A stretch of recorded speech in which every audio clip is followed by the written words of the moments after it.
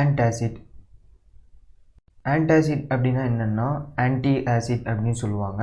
Anti acid, ஆசிடுக்கு opposite என்னன்னா base, அதாவது alkaline. Antacid எப்போவுமே அல்கலின் சப்ஸ்டன்ஸாக தான் இருக்கும். இந்த ஆன்டாசிட் நம்ம எதுக்காக யூஸ் பண்ணுறோம் அப்படின்னா, சிலரோட ஸ்டொமக்கில் வந்து ஹைப்பர் அசிடிட்டி இருக்கும். இப்படி இருக்கக்கூடிய இந்த ஹைப்பர் அசிடிட்டியை, அதாவது ஆசிட் அதிகமாக ப்ரொடியூஸ் ஆகிறது தான் ஹைப்பர் அசிடிட்டி. அப்படி இந்த ஹைப்பர் அசிடிட்டியை வந்து நியூட்ரலைஸ் பண்ணுறதுக்காக நம்ம அல்கலின் சப்ஸ்டன்ஸான ஆசிட் யூஸ் பண்ணுறோம். ஹைப்பர் அசிடிட்டினா இன்னும் டீட்டெயிலாக சொல்ல போனால், நம்ம ஸ்டொமக்கில் உள்ள கேஸ்ட்ரிக் ஜூஸ் வந்து எக்ஸசிவாக இருக்கும். கேஸ்ட்ரிக் ஜூஸ் அப்படின்னு நம்ம சொல்ல போனால் HCl, ஹைட்ரோக்ளோரிக் ஆசிட், அது ஆசிட். அந்த ஆசிட் வந்து அதிகமாக சுரந்துச்சுன்னு சொன்னால் நம்ம ஸ்டொமக்கில் உள்ள மியூக்கஸ் மெம்பரேன் வந்து அரிக்க ஆரம்பிச்சிடும். கொஞ்சம் கொஞ்சமாக கம்மியாகும்பொழுது தான் அதை அல்சர் அப்படின்னு சொல்லுவாங்க. அந்த இடத்துல புண்ணு மாதிரி ஃபார்ம் ஆகிரும். அந்த இது ஏற்படாமல் இருக்கிறதுக்கு தான் இந்த ஆன்டாசிடை யூஸ் பண்ணி அந்த ஆசிட்டை வந்து நம்ம வந்து நியூட்ரலைஸ் பண்ணுறோம். இந்த ஆன்டாசிட் அப்படிங்கிறது வந்து நம்ம நியூட்ரலைஸ் பண்ணாமல் அந்த ஆசிட் இருக்குல்ல, ஸ்டொமக்கில் அதிகமாக க்ரியேட் ஆன ஆசிட்டை வந்து நியூட்ரலைஸ் பண்ணி அந்த இடத்துல வந்து கரோசிவ் எஃபெக்டை கம்மி பண்ணி பெயின்லேருந்து நமக்கு வந்து ரிலீஃபை தருது. இது எதுக்காக நம்ம யூஸ் பண்ணுறோம் அப்படின்னா, அல்சர் க்ரியேட் ஆனவங்களுக்கு ரொம்ப பெயின் ஏற்படும், அந்த இடத்துல வந்து திருப்பி ஆசிட் வந்து சுரந்துக்கிட்டே இருக்கும். அப்படிங்கிறதுனால இந்த ஆன்டாசிடை யூஸ் பண்ணி அந்த ஹைட்ரோக்ளோரிக் ஆசிடை வந்து நம்ம நியூட்ரலைஸ் பண்ணி இந்த அல்சரை தன்னைத்தானே குணப்படுத்திக்கிற மாதிரி நம்ம வந்து பண்ணுவோம். இதனுடைய கிளாசிஃபிகேஷன் வந்து ரெண்டு, ஒன்று சிஸ்டமிக், இன்னொன்று வந்து நான் சிஸ்டமிக். சிஸ்டமிக் அப்படின்னா என்னென்னா, சாலிபிளாகவும் நம்ம சிஸ்டத்தால், அதாவது பிளட் சர்க்குலேஷனால் அப்சார்ப் பண்ணப்படும். அது மட்டும் இல்லாமல் நம்ம பிளட்டில் இருக்கக்கூடிய எலக்ட்ரோலைட்டிக் இருக்குல்ல, சிஸ்டமிக் எலக்ட்ரோலைட் அப்படிங்கக்கூடிய அந்த எலக்ட்ரோலைட்ஸை வந்து அல்ட்ரேஷன் பண்ணும். எலக்ட்ரோலைட்ஸ்னால் நம்ம முன்னாடியே பார்த்தோம். எலக்ட்ரோலைட்ஸை வந்து அல்ட்ரேட் பண்ணும். அது மட்டும் இல்லாமல் நம்ம சிஸ்டத்தில் அல்கலோசிஸ், அதாவது நம்ம சிஸ்டத்தில் உள்ள pH வேல்யூவை அல்கலினாக சேஞ்ச் பண்ணும் இந்த சிஸ்டமிக் ஆன்டாசிட். உதாரணமாக சோடியம் பைகார்பனேட். சோடியம் பைகார்பனேட்டில் சோடியம் இருக்குது. இந்த சோடியமும் ஒரு வகையான எலக்ட்ரோலைட் தான். அப்போ சோடியம் பைகார்பனேட் எடுக்கும் பொழுது நம்ம சிஸ்டத்தில் உள்ள சோடியத்துடைய லெவல் வந்து அதிகரிக்கலாம். அது மூலமாக நம்மளுடைய எலக்ட்ரோலைட் இருக்குல்ல, அது இம்பேலன்ஸாக ஆகலாம். நான் சிஸ்டமேட்டிக் அப்படின்னா அப்சார்ப் ஆகாது, ஒரு சிக்னிஃபிகண்ட் எக்ஸ்டெண்டுக்கு மேலே தான் அப்சார்ப் ஆகும். மேக்ஸிமம் இது வந்து அப்சார்ப் ஆகாது, சிஸ்டத்தால் அப்சார்ப் பண்ணப்படாது. அது மட்டும் இல்லாமல் நம்ம சிஸ்டத்தில் உள்ள எலக்ட்ரோலைட்ஸ் வந்து அல்டரும் ஆகாது, ஏன்னா இது சிஸ்டத்துக்கு போகாது அப்படிங்கிறதுனால. அதுக்கு நிறைய டைப் ஆஃப் சிஸ்டமிக் ஆன்டாசிட் இருக்குது. அது வந்து ஒவ்வொரு காம்பவுண்டை பொறுத்து மாறும்.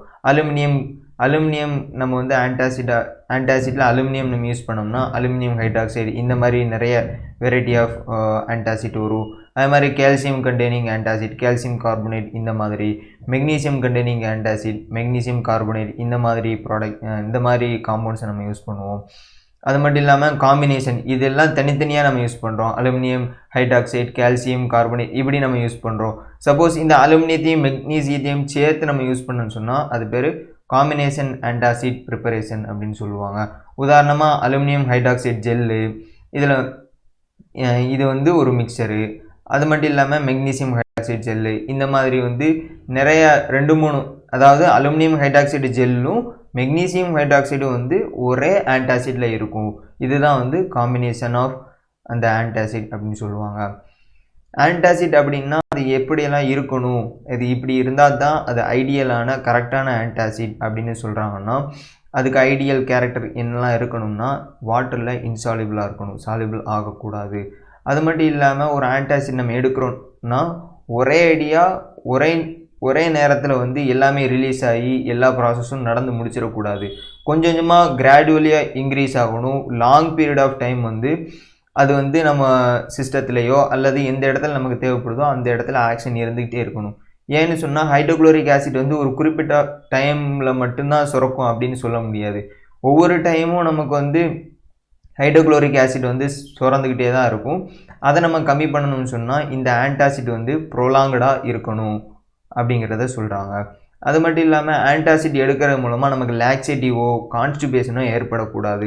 லாக்ஸேட்டிவ் அப்படின்னு சொன்னால் லூஸ் மோஷன், நம்மளுடைய ஃபீக்கல் மெட்டீரியல் வந்து லியூப்ரிகண்ட் ஆகி வெளியேறக்கூடிய வாய்ப்பு இருக்குது. அதாவது லூஸ் மோஷனையோ கான்ஸ்டிபேஷனையோ ஏற்படுத்தக்கூடாது இந்த ஆன்டாசிட்.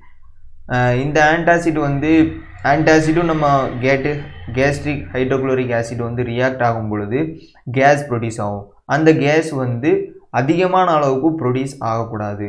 அப்படி ப்ரொடியூஸ் ஆச்சுன்னு சொன்னால் நிறைய, அதாவது நம்ம கேஸ் ட்ரபிள் அப்படின்னு சொல்லுவோம்ல, அந்த மாதிரி ப்ராப்ளம்ஸ் வந்து ஏற்பட்டுரும்.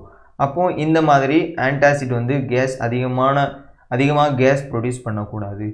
ஒரு ஆன்டாசிட் அப்படிங்கிறது எந்த pH ரேஞ்சுக்குள்ளே இருக்கணும்னா 4 to 6 pH ரேஞ்சுக்குள்ளே தான் இருக்கணும். முக்கியமான ஆன்டாசிட் என்னென்னா சோடியம் பைகார்பனேட். இதனுடைய ப்ரிப்பரேஷன் எப்படின்னா, சோடியம் ஹைட்ராக்சைடையும் CO2 கார்பன் டை ஆக்சைடு நம்ம ரியாக்ட் பண்ணும் பொழுது சோடியமும் CO3 அதாவது கார்பன் ட்ரை ஆக்சைடு இது ரெண்டும் சேர்ந்த மாதிரி ஒரு காம்பினேஷன் கிடைக்கும். அது மட்டும் இல்லாமல் வாட்டர் மாலிகுல் வந்து ரிலீஸ் ஆகும். அடுத்து இந்த காம்பவுண்ட் சோடியம் Na2CO3 இந்த காம்பவுண்டையும் வாட்டரையும் CO2வையும் நம்ம ரியாக்ட் பண்ண வைக்கும் பொழுது நமக்கு சோடியம் பைகார்பனேட் கிடைச்சிரும். ரெண்டாவது மெத்தட் என்னன்னா H2O வாட்டரையும் கார்பன் டை ஆக்சைடையும் நம்ம ரியாக்ட் பண்ண வைக்கும் பொழுது H2CO3 அப்படிங்கிற ஒரு காம்பவுண்ட் கிடைக்குது.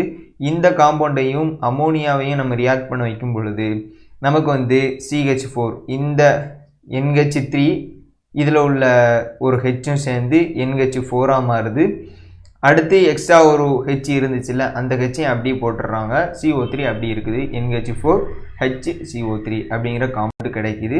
இதையும் NaCl சோடியம் குளோரைடையும் நம்ம ரியாக்ட் பண்ண வைக்கும் பொழுது ஈஸியானவே இந்த Na அமோனியா இருக்குல்ல NH4 இதை வந்து அப்படியே வெளியில் எடுத்து இந்த Clோட சேர்க்குறோம். இங்கே உள்ள சோடியத்தை எடுத்து இந்த HCO3யோட சேர்க்குறோம். அவ்வளோதான், சிம்பிள். NaHCO3 அதாவது சோடியம் பைகார்பனேட் நமக்கு கிடச்சிருச்சு. சோடியம் பைகார்பனேட்டோட ப்ராப்பர்ட்டி அப்படின்னு பார்த்தோம்னா ஒயிட் கலரில் கிறிஸ்டலின் பவுடராக இருக்கும். மேக்ஸிமம் எல்லாமே இப்படி தான் இருக்குது. அது மட்டும் இல்லாமல் சலைன் டேஸ்ட், உப்பு கறியக்கூடிய டேஸ்ட்டாக இருக்கும். வாட்டரில் சாலிபிள் ஆகும். அது மட்டும் இல்லாமல் ஆல்கஹாலில் இன்சாலிபிள் ஆகும், சாலிபிள் ஆகாது. 100 டிகிரிக்கு நம்ம ஹீட் பண்ணோன்னு சொன்னோம்னா இந்த சோடியம் பைகார்பனேட் வந்து சிஸ்கியூ கார்பனேட் அப்படிங்கிற ஒரு காம்பவுண்டாக மாறுது. Na2CO3 NaH bicarbonate plus 2 water molecule இருக்குது அந்த காம்பவுண்டில். ஹீட் சாதாரணமாக நம்ம அந்த சோடியம் பைகார்பனேட்டை ஹீட் பண்ணும் பொழுது வாட்டரும் கார்பன் டை ஆக்சைடும் லாஸ் ஆகி சாதாரண கார்பனேட் வந்து நமக்கு கிடைக்குது. அதாவது சோடியம் பைகார்பனேட் நம்ம ஹீட் பண்ணும் பொழுது சோடியம் கார்பனேட் அப்படிங்கிற ஒரு காம்பவுண்டும் water molecule carbon dioxide இதெல்லாம் வந்து லாஸ் ஆகி நமக்கு வந்து சோடியம் கார்பனேட் அப்படிங்கிற சிம்பிள் காம்பவுண்ட் வந்து கிடைக்குது. Thank you for your attention.